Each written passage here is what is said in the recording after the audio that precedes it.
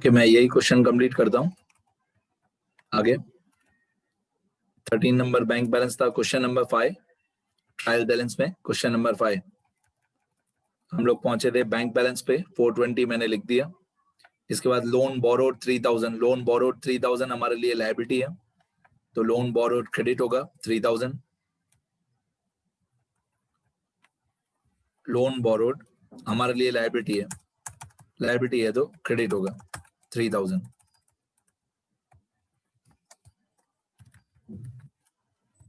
इसके बाद क्वेश्चन में दिया हुआ है नेट सेल्स। अब नेट सेल्स या सेल्स एक ही बात है, और सेल्स जो है वो क्रेडिट साइड पे आता है। 33,000 क्वेश्चन में दिया हुआ है, तो ये क्रेडिट साइड पे आएगा 33,000।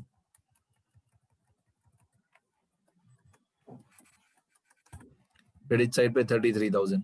अब दूसरा कॉलम हमारा बाकी है, ये वाला column. Plant and machinery debit होगा, वेजेस भी डेबिट होगा, carriage inward, royalty, carriage outward, ये पांचों डेबिट होंगे। Plant and machinery, wages, carriage inward, royalty, carriage outward.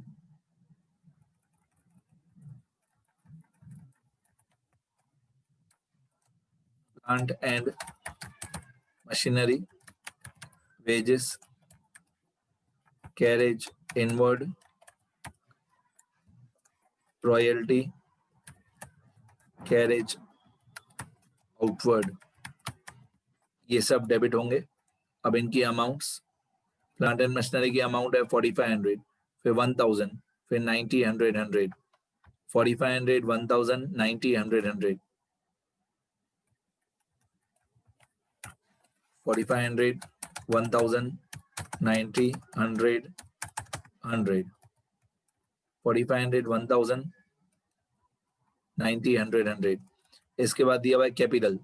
Capital हमेशा क्रेडिट होता है 8000, क्योंकि ये लायबिलिटी है, ओनर का पैसा है।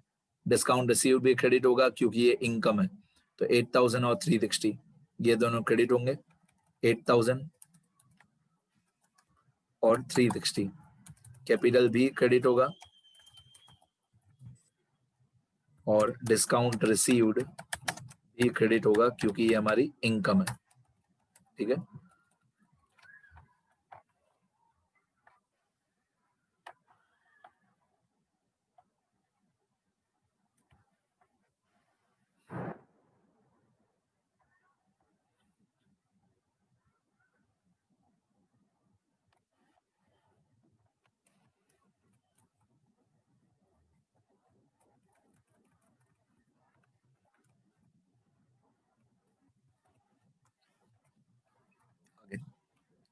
तो कैपिटल भी क्रेडिट कर दिया मैंने, डिस्काउंट रिसीव्ड भी क्रेडिट कर दिया।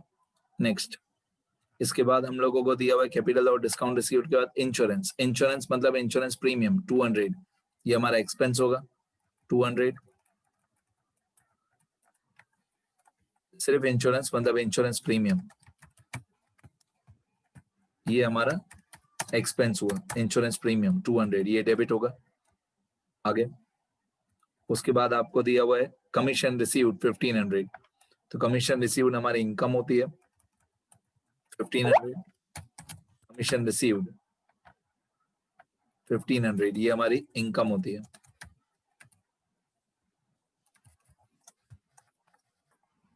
कमीशन रिसीव्ड 1500, ये इनकम होगी हमारी, क्रेडिट होगा। इसके बाद आपको दिया हुआ है बैड डेट्स, लॉस है तो डेबिट होगा, सैलरी एक्सपेंस है तो डेबिट होगा, लीगल एक्सपेंस एक्सपेंस है तो डेबिट होगा, कैश बैलेंस एसेट है तो डेबिट होगा, ऑफिस रेंट एक्सपेंस है इसलिए डेबिट होगा।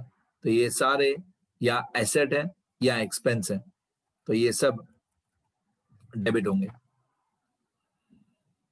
Bad debt, salary, legal expense,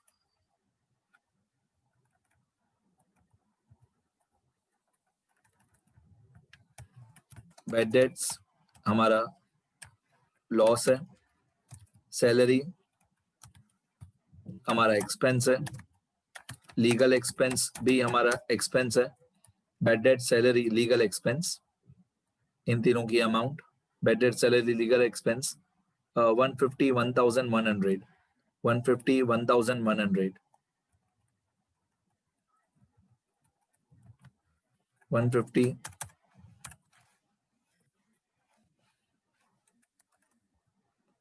1100, 150, 1100, okay, 150, 1100, सही है। और लास्ट में दो अमाउंट्स हैं और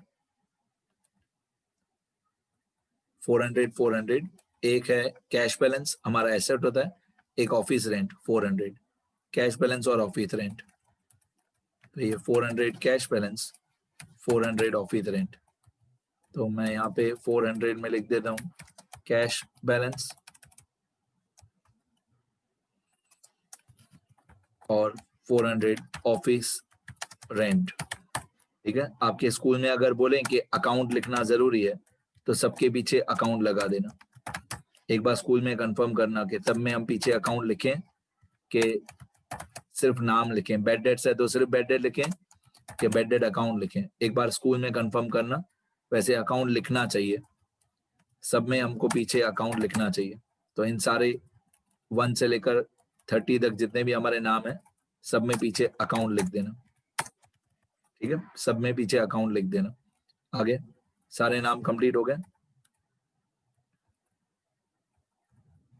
अब हमको सिर्फ टोटल करना है और टोटल करके दोनों साइड पे टैली होना चाहिए।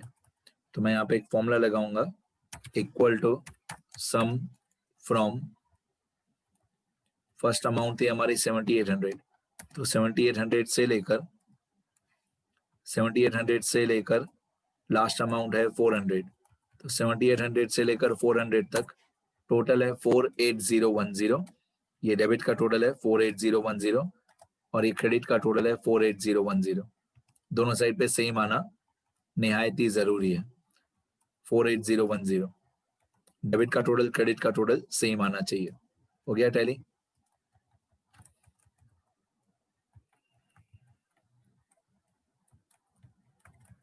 बस फिर थोड़ी सजावट है।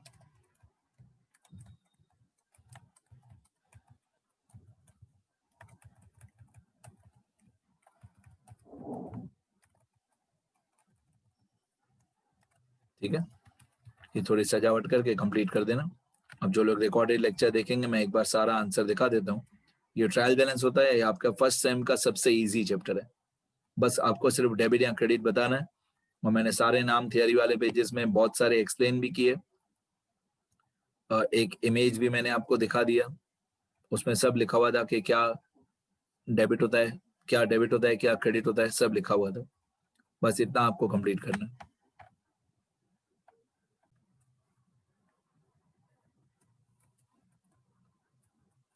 लिखना शुरू करो बेटा।